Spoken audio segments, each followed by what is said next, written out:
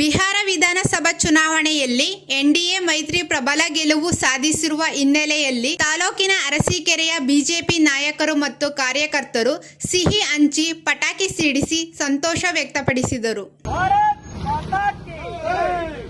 BJP ಮುಖಂಡ ಮನೋಜ್ ಕುಮಾರ್ ಮಾತನಾಡಿ, ಬಿಹಾರ ಜನತೆ ನಿರೀಕ್ಷೆಗೂ ಮೀರಿ ಎನ್ಡಿಎ ಮೈತ್ರಿಯನ್ನು ಬೆಂಬಲಿಸಿರುವುದು ಮೋದಿ ಅವರ ಆಡಳಿತದ ಮೇಲಿನ ನಂಬಿಕೆಗೆ ಸಿಕ್ಕಿರುವ ದೊಡ್ಡ ಪ್ರಮಾಣ ಪತ್ರ. ಜನರು ಅಭಿವೃದ್ಧಿ ಮತ್ತು ಸ್ಥಿರತೆಯ ಪರವಾಗಿ ಸ್ಪಷ್ಟ ಆದೇಶ ನೀಡಿದ್ದಾರೆ. ಕಾಂಗ್ರೆಸ್ ಪಕ್ಷ ನಡೆಸಿದ ಮತಚೋರಿ ಆರೋಪಗಳು ಮತ್ತು ಅಪಪ್ರಚಾರಗಳನ್ನು ಬಿಹಾರದ ಜನ ಕಠಿಣವಾಗಿ ತಿರಸ್ಕರಿಸಿದ್ದಾರೆ ಎಂದು ಅಭಿಪ್ರಾಯಪಟ್ಟರು. ಈ ಸಂದರ್ಭದಲ್ಲಿ ಗ್ರಾಮಾಂತರ ಮಂಡಲದ ಅಧ್ಯಕ್ಷ ಯತೀಶ್, ನಗರ ಮಂಡಲದ ಅಧ್ಯಕ್ಷ ಅವಿನಾಶ್ ನಾಯ್ಡು, ಮಾಜಿ ಅಧ್ಯಕ್ಷ ಪುರುಷೋತ್ತಮ್, ಬಿಜೆಪಿ ಕಾರ್ಯಕರ್ತರು ಹಾಜರಿದ್ದರು.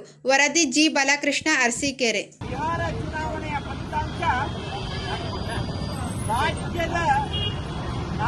ರಾಷ್ಟ್ರದ ದಿಕ್ಸೂಚಿಯಾಗಿದೆ ಅಂತ ಒಂದು ಮಾತನ್ನು ಹೇಳಬಹುದಾಗಿದೆ. ಅಭಿವೃದ್ಧಿಯ ಪರವಾಗಿ ನರೇಂದ್ರ ಮೋದಿ ಅವರ ಯೋಜನಾ ಮತ್ತು ಯೋಜನೆಗಳ ಪರವಾಗಿ ಮತ ನೀಡುವಂತಹ ಮತದಾರರು ಒಂದು ಹೊಸ ಸಂದೇಶದ ಮೂಲಕ ಎನ್ಡಿಎ ಕಾರಣವಾಗಿದ್ದಾರೆ. ಇಲ್ಲಿ ಗಮನಿಸಬೇಕಾದಂತಹ ಅಂಶ ಅಂತಂದ್ರೆ, ಯಾವತ್ತೂ ಕೂಡ ದುಷ್ಟ ಶಕ್ತಿಗಳ ಪರವಾಗಿ, ದುಷ್ಕರ್ಮಿಗಳ ಪರವಾಗಿ, ಭಯೋತ್ಪಾದಕರ ಪರವಾಗಿ ತಾನು ಭಯೋತ್ಪಾದಕರ ಪಕ್ಷ ಎಂದು ಗುರುತಿಸಿಕೊಂಡಿದ್ದಂತಹ ಕಾಂಗ್ರೆಸ್ ಕೇವಲ 4 ಸ್ಥಾನಗಳನ್ನು ಬಂದು ಅತ್ಯಂತ ಹೀನಾಯವಾಗಿ ಪರಾಭವವನ್ನು ಮಾಡಿ ಕೊನೆಗೂ ಕಾಂಗ್ರೆಸ್ ಮುಕ್ತ ಭಾರತ ಅನ್ನೋ ಒಂದು ಸನ್ನಿವೇಶ ಸೃಷ್ಟಿ ಮಾಡಲು ಕಾರಣ ಆಗಿದ್ದಾರೆ.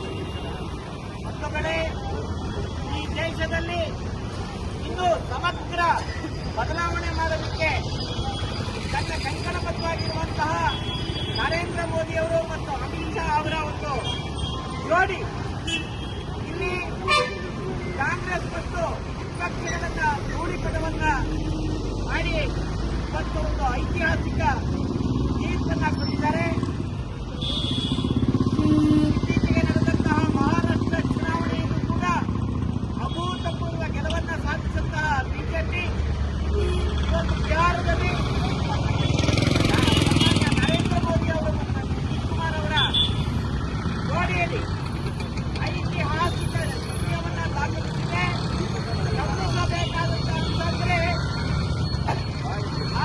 ರಾಜ್ಯದಲ್ಲಿ 243 ಸ್ಥಾನಗಳ ಪೈಕಿ 200ಕ್ಕೂ ಹೆಚ್ಚು ಸ್ಥಾನಗಳನ್ನು ಗೆದ್ದಿರುವಂತಹ ಎನ್ಡಿಎ ಮೈತ್ರಿಕೂಟದ ವಿರುದ್ಧ ವಿರೋಧ ಪಕ್ಷ ಆಗೋದಕ್ಕೆ ಯಾವುದೇ ಪಕ್ಷಕ್ಕೂ ಯೋಗ್ಯತೆ ಇಲ್ಲ ಅನ್ನೋ ಒಂದು ಸಂದೇಶವನ್ನ ಅಲ್ಲಿ ಜನತೆ ಕೊಟ್ಟಿದ್ದಾರೆ. ಒಮ್ಮೆ ಪಾರ್ಲಿಮೆಂಟ್ ಚುನಾವಣೆಯಲ್ಲೂ ಕೂಡ ಇದೇ ಹೀನಾಯ ಸ್ಥಿತಿಯನ್ನಂತಹ ಅನುಭವಿಸಿದಂತಹ ಕಾಂಗ್ರೆಸ್ ಬಿಹಾರದಲ್ಲಿ 243 ಸ್ಥಾನಗಳ ಬಿಹಾರದಲ್ಲಿ ಅಧಿಕೃತ ವಿರೋಧ ಪಕ್ಷ ಆಗೋದಿಕ್ಕೂ ಕೂಡ ಕಾನೂನಾತ್ಮಕವಾಗಿ ಸಾಧ್ಯತೆ ಇಲ್ಲ ಅನ್ನೋ ಒಂದು ಪರಿಸ್ಥಿತಿ ನಿರ್ಮಾಣ ಆಗಿದೆ. ಅಂದ್ರೆ ನಿಜವಾಗ್ಲೂ ದೇಶದ ಜನ ಎಚ್ಚೆತ್ತಿದ್ದಾರೆ. ನಾವು ರಾಷ್ಟ್ರ ನಿರ್ಮಾಣ ಮಾಡೋದು ಹೇಗೆ ಅನ್ನೋದನ್ನ ಅವರು ತೀರ್ಮಾನ ಮಾಡಿದ್ದಾರೆ. ನರೇಂದ್ರ ಮೋದಿ ಮತ್ತು ಎನ್ಡಿಎ ಮೈತ್ರಿಕೂಟದ ನಾಯಕರ ನಾಯಕತ್ವವನ್ನು ಒಪ್ಪಿದ್ದಾರೆ ಅನ್ನೋ ಒಂದು ಕಾರಣಕ್ಕಾಗಿ ಇವತ್ತು ಬಿಹಾರದ ಐತಿಹಾಸಿಕ ಫಲಿತಾಂಶ ಪ್ರಕಟ ಆಗಿದೆ.